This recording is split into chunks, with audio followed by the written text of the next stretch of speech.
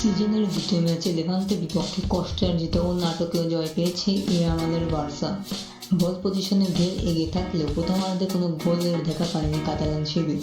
উল্টো প্রথমার্ধে 2 গোল হজম করে বার্সা।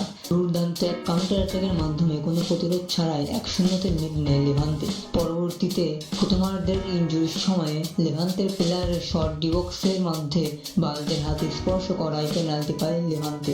আর পেনাল্টি থেকে দুর্দান্ত গোল করে 2-0 দলকে এগিয়ে নিয়ে যায় লুইস মোরালেস।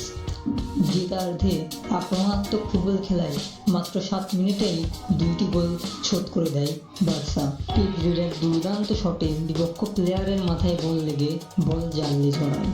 ঠিক 3 মিনিট পরে রাফিনহার কর্নার থেকে ফেরান তোরেসের হেডে থেকে বার্সা ম্যাচে ফেরে। এরপর লেভান্তে কয়েকটি দুর্দান্ত গোলের সুযোগ পেলেও বার্সার গোলরক্ষক তা সেভ করে ও লেভান্তে কয়েকটি সুযোগ মিস করে।